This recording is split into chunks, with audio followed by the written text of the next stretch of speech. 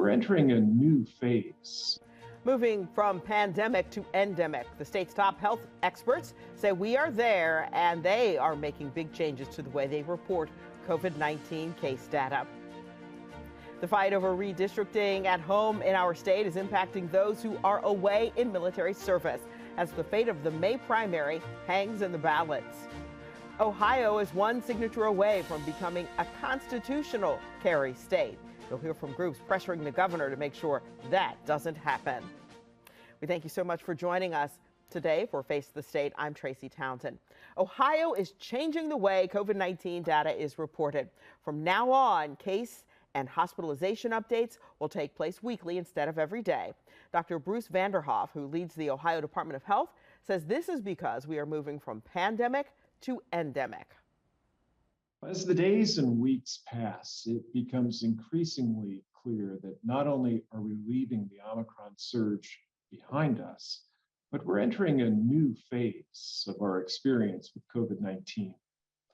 Case numbers and community transmission have continued to drop steadily, as have hospitalizations.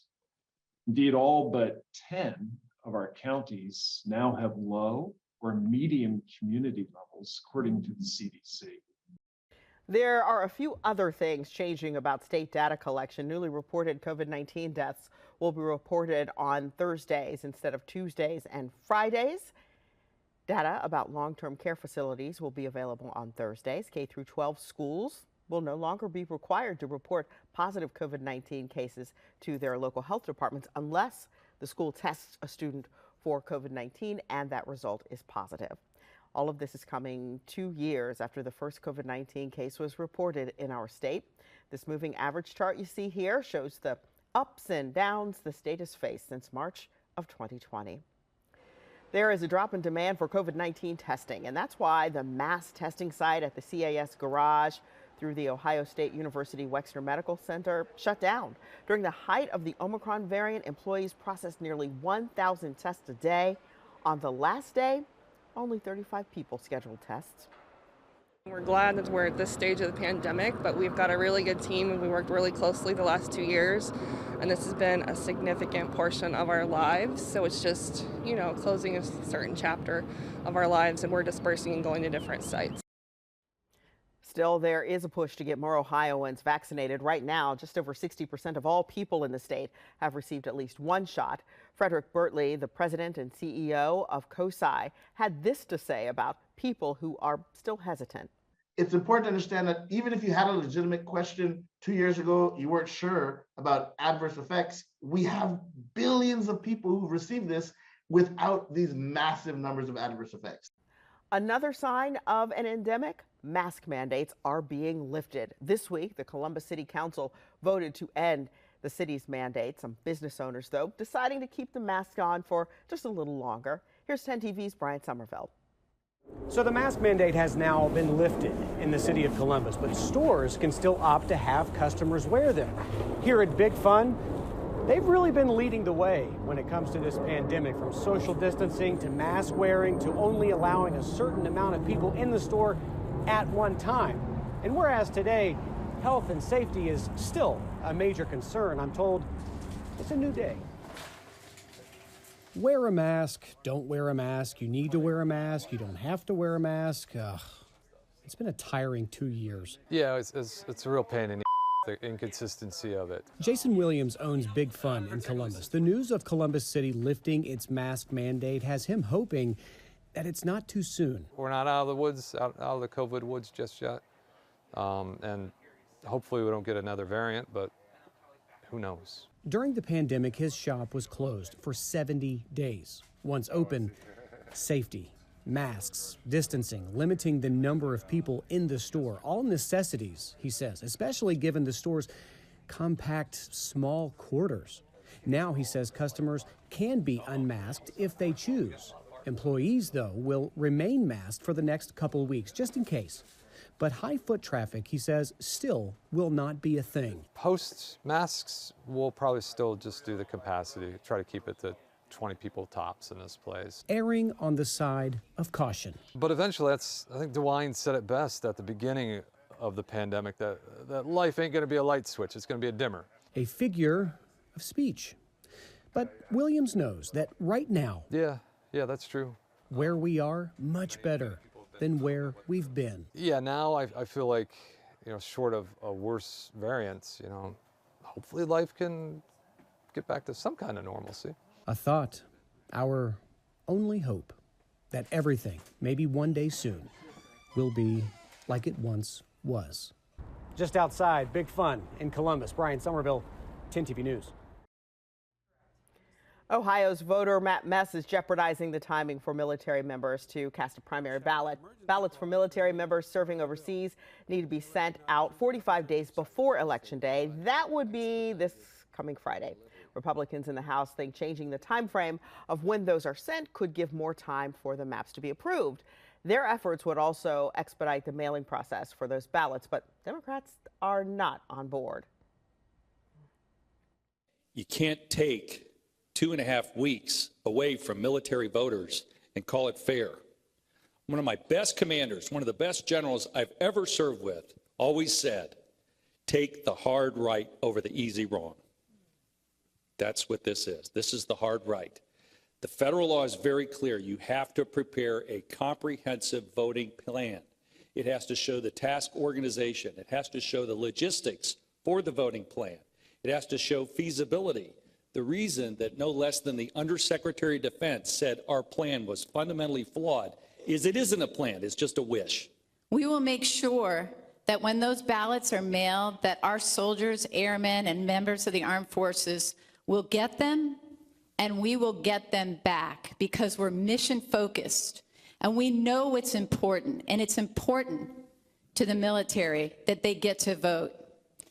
And I'll say, in essence, if the Department of Defense supports the amendments, we should have no reason to oppose them. Secretary of State Frank LaRose, who's in charge of Ohio's elections and also serves on the Redistricting Commission, says, quote, I'm convinced more than ever that this effort to delay the May 3rd primary election is part of a larger strategy to create chaos and confusion, while deep-pocketed out-of-state interests bankroll an endless parade of partisan litigation, end quote. This week, there was pressure on Governor Mike DeWine to veto newly passed legislation that would allow permitless carry. 10 TV's Lacey Crisp spoke with experts about what that means for safety and travel. The constitutional carry bill is on the governor's desk, and an anti-violence group is calling on the governor to veto it. It's a fantasy to think that this is going to make us safer. Senate Bill 215 says if you're legally allowed to carry a concealed gun, you will no longer need to take 8 hours of training. And if a driver is stopped by police, that person would no longer be required to tell officers they have a concealed weapon unless the officer asks. In a virtual press conference hosted by Everytown for Gun Safety, the Hamilton County Sheriff pleaded with Governor Mike DeWine. Governor DeWine, if you oppose this bill, you will likely never know all of the lives that you save. If you vote for this bill, you will know the lives that are affected by gun violence. Chuck LaRosa is a board member for Ohioans for Concealed Carry and argues it's your constitutional right to carry concealed without training, but that sheriff's offices will still give permits to those who want one. Not only will it be a thing that you can do, it is something that the sheriff will still be required to do as part of his duties under the law. But he warns if the governor signs the bill and you want to carry your firearm in another state, you may still need a permit.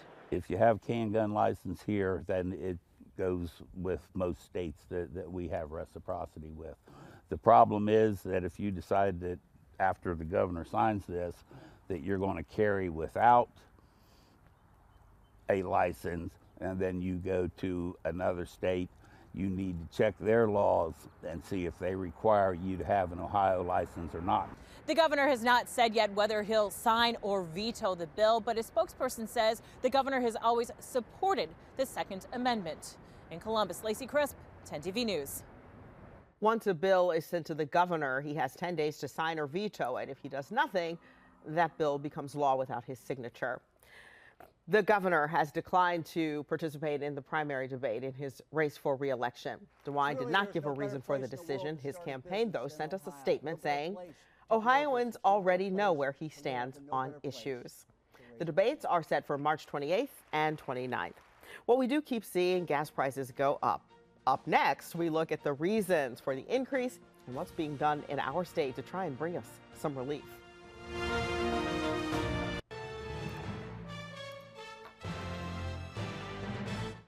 This week, the U.S. Senate passed a bill to help the Postal Service. Many of you have told us about the issues you've been having with getting your mail late or not at all. Both Ohio senators voted to pass the Postal Service Reform Act. Saving the post office is the right thing to do, let's face it. The fact of the matter is, the Postal Service is delivering less and less more profitable first-class mail to more and more places. That economic model just does not work. And that's a recipe for ruin if we don't adjust to this new reality and make some necessary changes. And is it hard to make changes? Of course it is, but it's the right thing to do. We've talked about it for years here. Finally, we came together, Republican and Democrat. Neither of us got exactly what we wanted. Both had to make concessions, but we were actually doing the right thing for the country here to save the post office. And I regularly hear about this from my constituents across Ohio. I'm sure you hear the same. You hear from your veterans. You hear from some of your rural residents who depend on the post office for a lot, including their life-saving medications. Families rely on the post office to deliver their rent checks on time, to pay their utility bills, to get their Social Security checks. In Ohio, we've got no excuse absentee voting. It's worked really well for over a decade now. But if you're a voter in Ohio, you want to get your application in time, and you want to get your ballot in time. That all depends on the post office. Small businesses in Ohio reach their customers primarily through direct mail now. That's through the post office. So this is really important that we put the post office on a sound financial footing. U.S. Senator Sherrod Brown called the act welcome news for Ohioans and said the bipartisan reform will improve U.S. Postal Service and make it more efficient while saving taxpayers money. If signed by President Biden, the act would require the Postal Service to develop a dashboard to track service performance, guarantee 6 days a week delivery, and require the Postal Service to report regularly on its operations and financial condition. Well, by now, you are already feeling the pain at the pump, and President Biden says it's only going to get worse. The president addressed the American people earlier this week, saying his administration would work to minimize price increases. Putin's war is already hurting American families at the gas pump. Since Putin began his military buildup on Ukrainian borders, just since then, the price of the gas at the pump in America went up 75 cents. And with this action, it's going to go up further. I'm going to do everything I can to minimize Putin's price hike here at home. In coordination with our partners, we've already announced that we're releasing 60 million barrels of oil from our joint oil reserves. Half of that, 30 million, is coming from the United States. And we're taking steps to ensure the reliable supply of global energy. We're also going to keep working with every tool at our disposal to protect American families and businesses. Now, let me say this.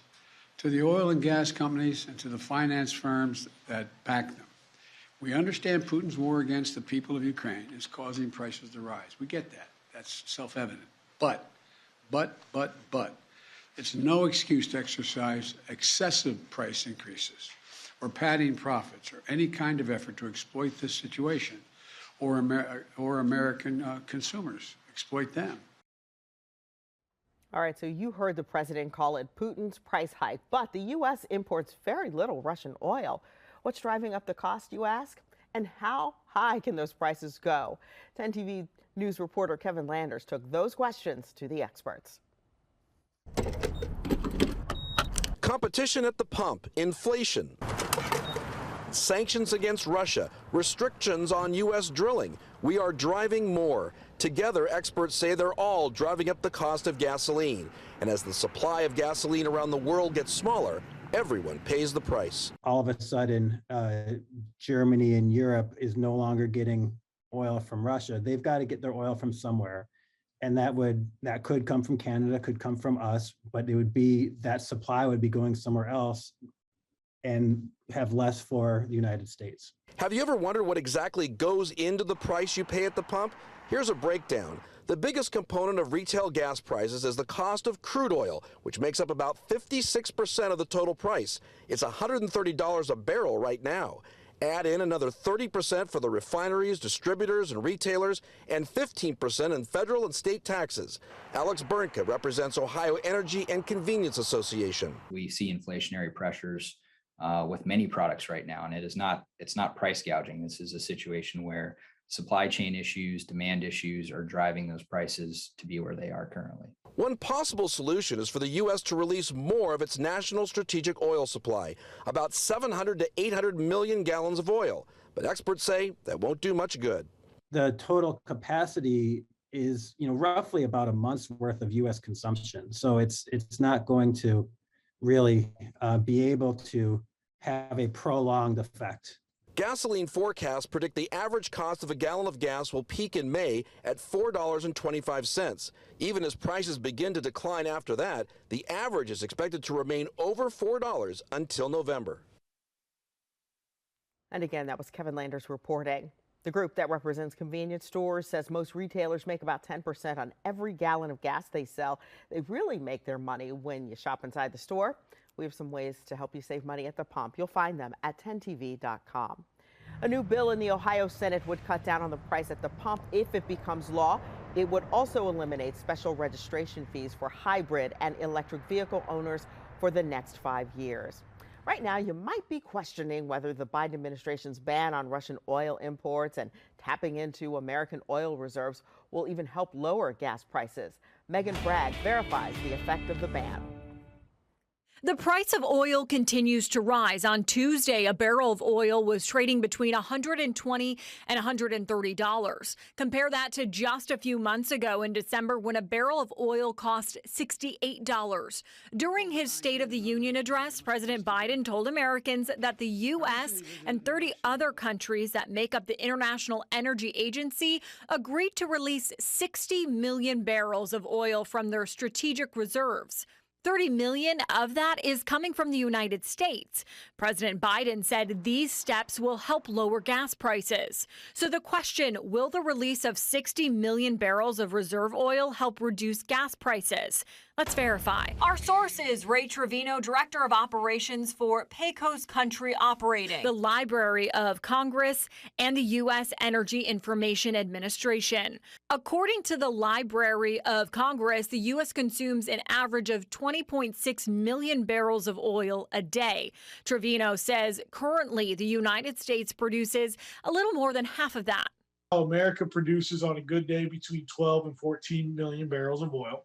So we still have to get that difference on a daily basis. That's where we're getting it from Saudi Arabia, from Russia, from the other OPEC countries as well. If all 60 million barrels from the reserve were exclusively used in America and we were only reliant on that reserve, we would only have enough fuel for 3 days. The Biden administration has tapped into the reserves before. Back on November 23rd, they released 50 million barrels of oil from the strategic reserve. According to the U.S. Energy Information Administration, in the days following the release, the average price of gas dropped 2 cents. By December 6th, it only dropped another 3 cents. It was so quick. They did drop and then they went right back up. Trevino believes the same will happen again. He says tapping the reserves may put a small dent in gas prices, but not enough to justify using a stockpile that's meant for emergencies. We'll do nothing but put another Band-Aid on a very big wound, and we will only hinder ourselves if we ever got into a serious emergency here in America. So we can verify that no, the release of 60 million barrels of reserve oil will not help reduce gas prices in the long term. With your Verified, I'm Megan Bragg. A major transformation is coming to Central Ohio roads, the multi-million-dollar project dedicated to keeping all drivers safe. Plus, why some state leaders are criticizing the amount of money used to bail out businesses during the pandemic.